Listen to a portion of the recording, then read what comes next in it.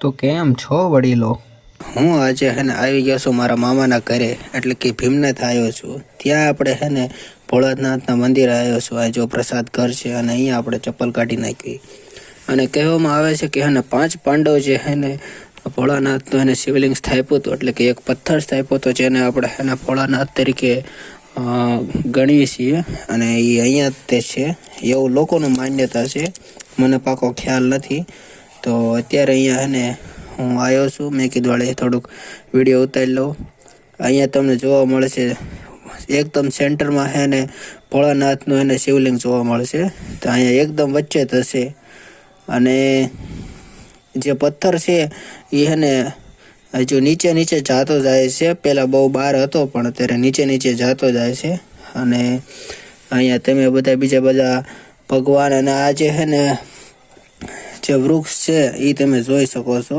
અહીંયા મંદિરમાં વચ્ચેથી ઉપર જાય છે. અને આ કંઈક બીજા સંત છે જે સારા કામ કરતા થઈ ગયા છે, એને લોકો બધા માને છે. અને શરૂઆતમાં તમને પછી જોવા મળશે અહીંયા ચાંદલો તમારે કરવો હોય તો કરી શકો છો. અને અહીંયા ફરતો તમારે રાઉન્ડ મારવો હોય તો પણ મારી શકો છો. અહીંયા મેં શરૂઆતમાં કેવું કરતા, નાના હતા ને ત્યારે અહીંયા આવીને મેં થોડુંક પાણી હોય તો એને ચાંદલો કરી લેતા હતા. હજુ પણ લોકો ઘણા ખરા એવો ચાંદલો કરે છે. અને અહીંયા ઘણા ખરા વેદ પુરાણો પણ લખેલા છે. જે તે અહીંયાથી આપણે એક્ઝિટ કરી લેવી છીએ. અને અહીંયા બધું બહારનું વ્યૂ છે. આ બધું બાજુ આવું છે. અને અહીંયા જે તે વારે પ્રસાદીનો પણ આયોજન કરવામાં આવે છે. અને અહીંયા ઘણા ખરા જે લોકોની સમાધિ છે એ અહીંયા છે. જેમ કે આ બધાના નામ છે, પરમ પૂજ્ય જે તે વ્યક્તિઓ છે તમે જોઈ શકો છો. ગોસ્વામી અને પછી બીજા ગોસ્વામી, પૂરું નામ નથી ખબર, પણ અહીંયા એવા બધા સ્વામી હતા જેમને અહીંયા સમાધિ કરવામાં આવી છે. અને આ પછી સાઈડમાં બીજું બધું વ્યૂ છે. અહીંયા ફરતું તમે જોઈ જ શકો છો. ઘણા ખરા જોવાલાયક આ સ્થળ છે. અને અહીંયા ભીમનાથનો મેળો પણ ઘણી વાર થવામાં આવે છે. તમે આવતા હશો, ઘણા ખરા લોકો આવી ગયા હશે અહીંયા. અને પાછી આપણે આગળ જોઈ જોઈએ. આ જે મંદિર છે એની ઉપરની બાજુ બીજું એક મંદિર છે જ્યાં બીજા ઘણા ખરા શિવલિંગો છે, પણ અત્યારે જવાનો રસ્તો બંધ કરી દીધો. તમે જોઈ શકો છો અંદર શિવલિંગ હોતન છે.